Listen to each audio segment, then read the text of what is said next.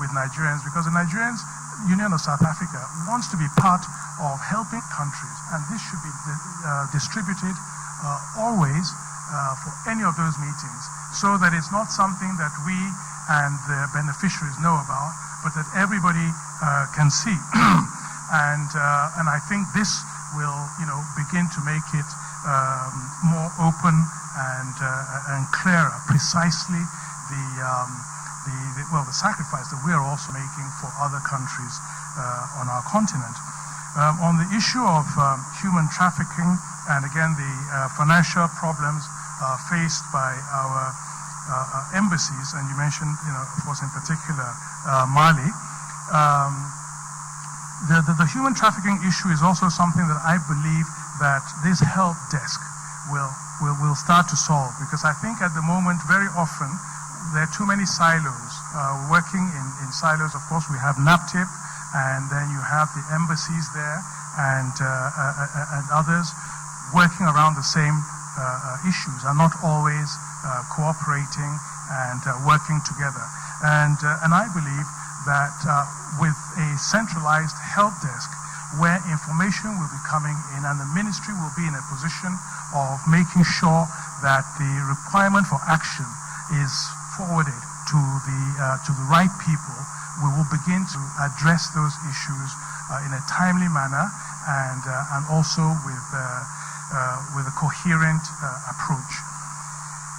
And of course, the financial problems that are faced in our embassies is again a major one, and a lot of it is just the appropriation is never commensurate to what we put forward as requests as a budget,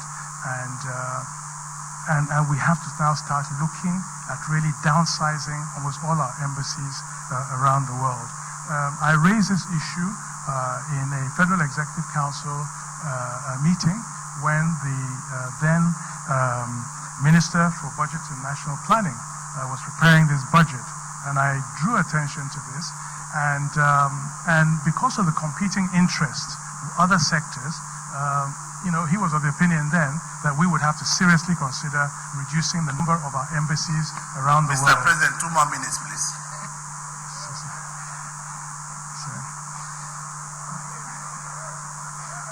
2 more minutes, please. Okay.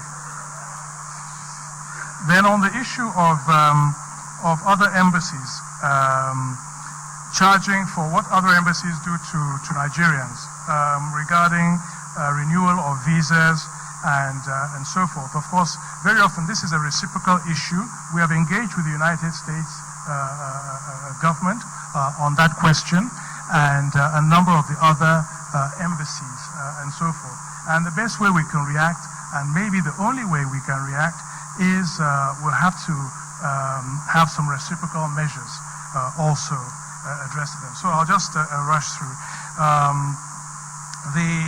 On the issue of what is our foreign policy today, Your Excellency, when we took over, the economy was in a very, very bad situation and a very bad place.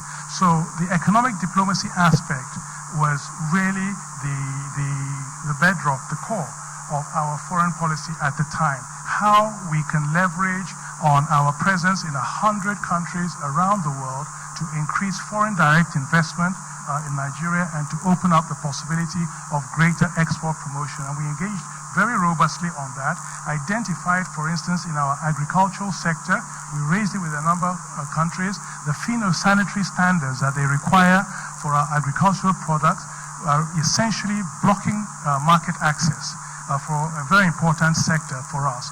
And this is something we engage with. So you mentioned the other foreign ministers. I think, of course, it depends. During the period, there were different priorities. And we felt that now the economic diplomacy is really something we have to push to make our country really viable and open to investment, to transform and uplift our people. And the Senator Carlo, also talked of the way Nigerian businesses are treated in other countries. I think that this is something we have to work what I would suggest going forward is a regular meeting with the Ministry of Foreign Affairs and relevant businesses, chambers of commerce of our country, to identify what problems are in which countries and what measures we should be taking. I have had to intervene personally at the highest level in Benin, for instance, on one of our telecommunications companies that they would not issue a license. And we facilitated for them to meet with the president. I followed up with the minister and the minister that was responsible for issuing licenses, and really brought as much pressure as we could. So I think it's really a question of business community working together with the ministry. And the deputy leader asked a question about TAC, Technical Aid Corps, and whether it should continue. And I believe personally that it should. Nigeria is a big country. We've now seen the continental free trade area that has come in. There's greater integration, and we're pushing for greater integration with communications, road networks, and so that's the future. And the fact that we have TAC, we are building influence and forming important connections in these countries that will serve us very well, business level, social level, people-to-people level, in an important way. And we can see how, as you mentioned, the Peace Corps, that really helped the United States take over from the British, who had the monopoly of contacts with a lot of the developing countries, and how that now really put the United States in a situation where they were able to, I would say, almost move towards world dominance. And finally, Senator Jibril, the Nigerians in Libya, the International Organization for Migration is actually charged, notwithstanding the fact Mr. President did send a team that I led at the time to Libya, but the International Office for Organization for Migration is actually repatriating Nigerians on a very regular basis. And that's really something that they know how to do, and they are doing well. And you mentioned the fact that there's still some, and some of who died during this bombing. And when I went to Libya and we met with the highest level of government in Libya, one of the things they pointed out to us is that, to all intents and purposes, there are areas that the government in Libya has absolutely no control whatever. And there are some Nigerians who are there. And the IOM also informed us of that. And so we're working also with our embassies and other contacts they might have to see how they can get access to them in that country. But also we're working with other agencies in Nigeria to try to raise a level of awareness about the dangers of this migration. And that's really what we have to do to address it at source. And so, we have been meeting regularly, trying to see if we can do more in this country to really stop our youth. And we have, of course, other countries are doing the same. Niger Republic has the direct border with Libya, and we know that a number of European countries are setting up, surveillance positions there to try to also stop a lot of these irregular migrants traversing the borders there.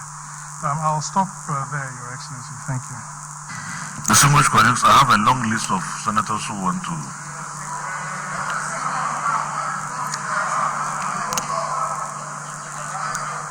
Okay, let me invite the former Deputy President of the Senate, Senator Ike Ekwaramadu, Senator Chukwuka Utazi, and of course, the former Governor of Enugu State, Senator Chimoroke Nnaman, in that order. Thank you, Mr. President. Very distinguished colleagues, let me start by thanking you for this indulgence. Mr. President, I'm just also quite aware of the interest this nomination has generated. And it's also well expected because of the concern of all of us here regarding our diplomatic relations. And I believe that after this, today we set aside time to look at our foreign relations and make solid recommendations to the government. Having said this, the nominee is my constituent, in whom I'm well pleased. I have to say as well that I have the consent of my people to say that we're pleased with this nomination.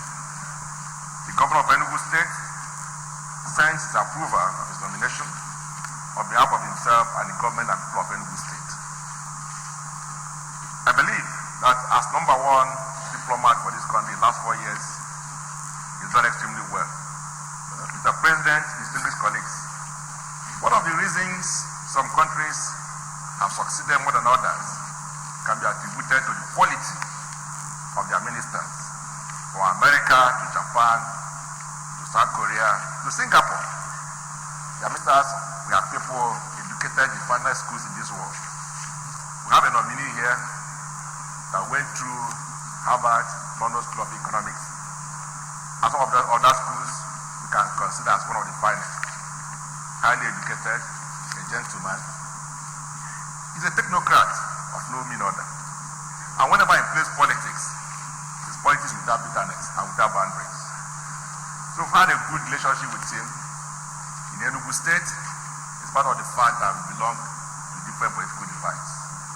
So we have no hesitation whatsoever in recommending to this Senate that he be confirmed as Minister of the Federal Republic of Nigeria. Only to add that because of his competencies, I think that we should be given an additional ministry to be able to hold the 2 ministries or 3. We have shown that it can happen in this country. So not just Minister for Foreign Affairs, we have to add additional ministries like education or agriculture so that we be able to show further competencies. Thank you, Mr. President. Senator Chimorake Ndamani. Thank you, the President of the Senate, who is also presiding as chairman of this hearing of the Committee of the Whole.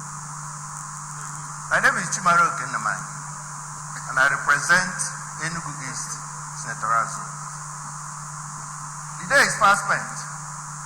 As this hearing winds down, I wish to commend you for the able way you piloted the affairs of this hearing.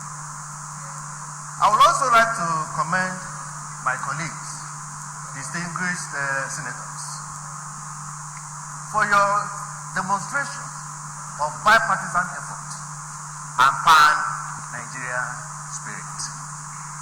I thank the President of the country for this nomination. Here we have Geoffrey Jidofo Kusike Onyama, a product of Igbo royalty, a product of Cambridge, London School of Economics, Columbia University, a career diplomat, a citizen diplomat, fluent in French, English, and German.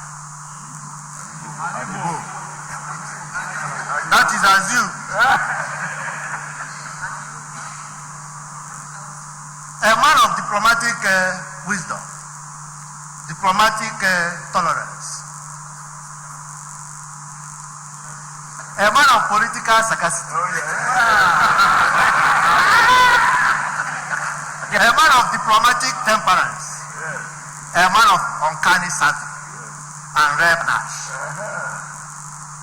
a citizen's diplomat, a citizen of the world. As I continue, let me rise and say that I stand here not just as a distinguished senator, but also wearing several hats. 1, as an Igbo man. 2, as an Enugu man.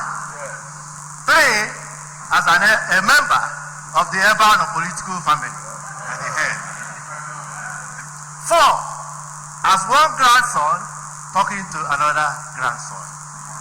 As a grandson of D.O. Namani, Obaruwoke, Ayanawaroha, one of Nkanula.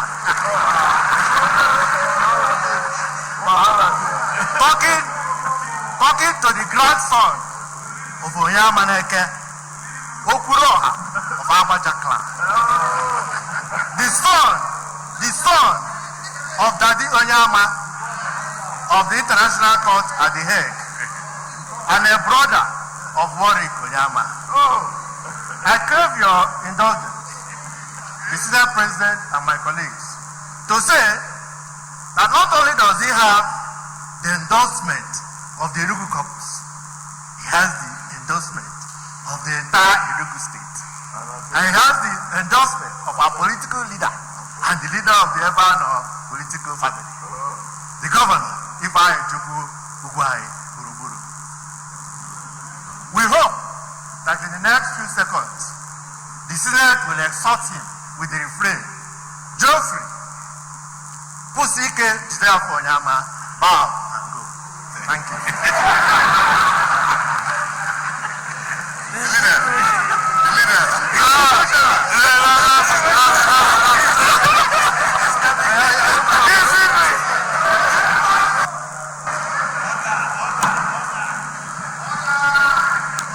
Well, there is no doubt we have reached an anticlimax. With that kind of presentation, there is nothing to add. So is it the wish of this Senate that His Excellency Geoffrey Onyama, please pardon me, I will not call the other names, takes a bow and go? Those in favor say aye. Those against say nay. The ayes have it. You can take a bow.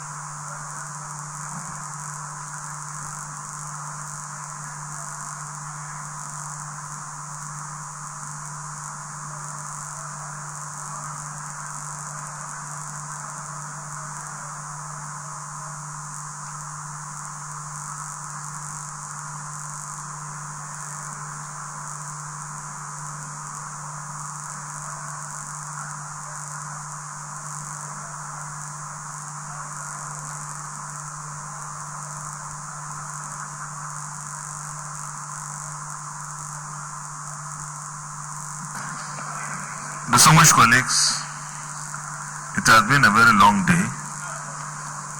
Thank God we have finished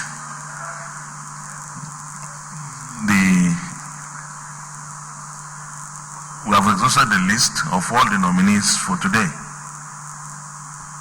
I believe that we can now move back to plenary for us to close the session. So, the Senate leader, please.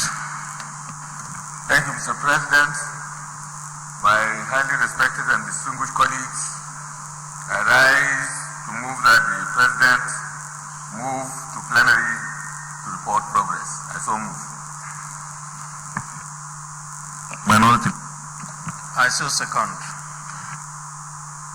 Those in favor of the motion say aye. Those against say nay. The ayes have it.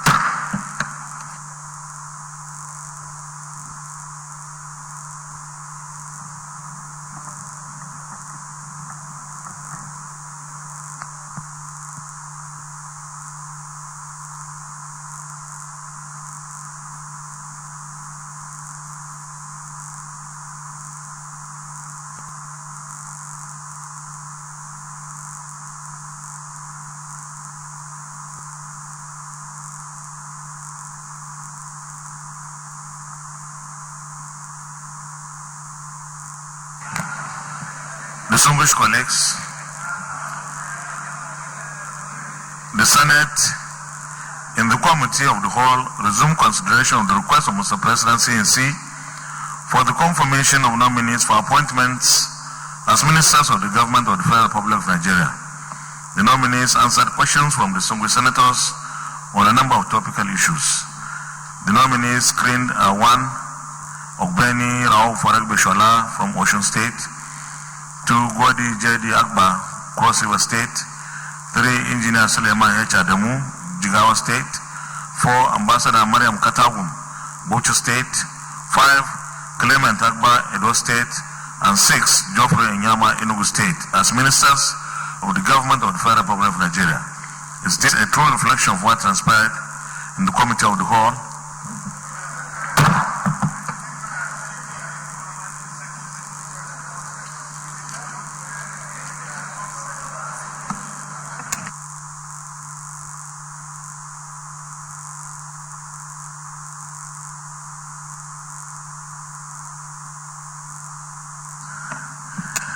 I can see the point, but we read the list of those we did in the morning session, so we add up to that. We have done quite a lot. Tomorrow, by the grace of God, we'll be taking 3 nominees: Sabo Nanono, Kano State, Lai Mohammed, Kwara State, and Engineer Salah Mamman, Taraba State. And of course, we'll do the approval and confirmation of all the screen nominees tomorrow by the grace of God. And that will bring to a close or conclusion the screening exercise and confirmation process.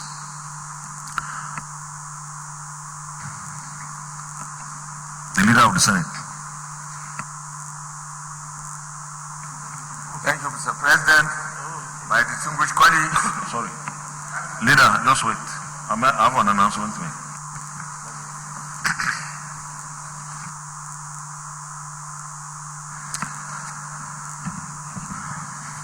Announcement: I have a letter from Senator Dr. Architect Kabiru Ibrahim Ga, FNIA, Kano South Senatorial District.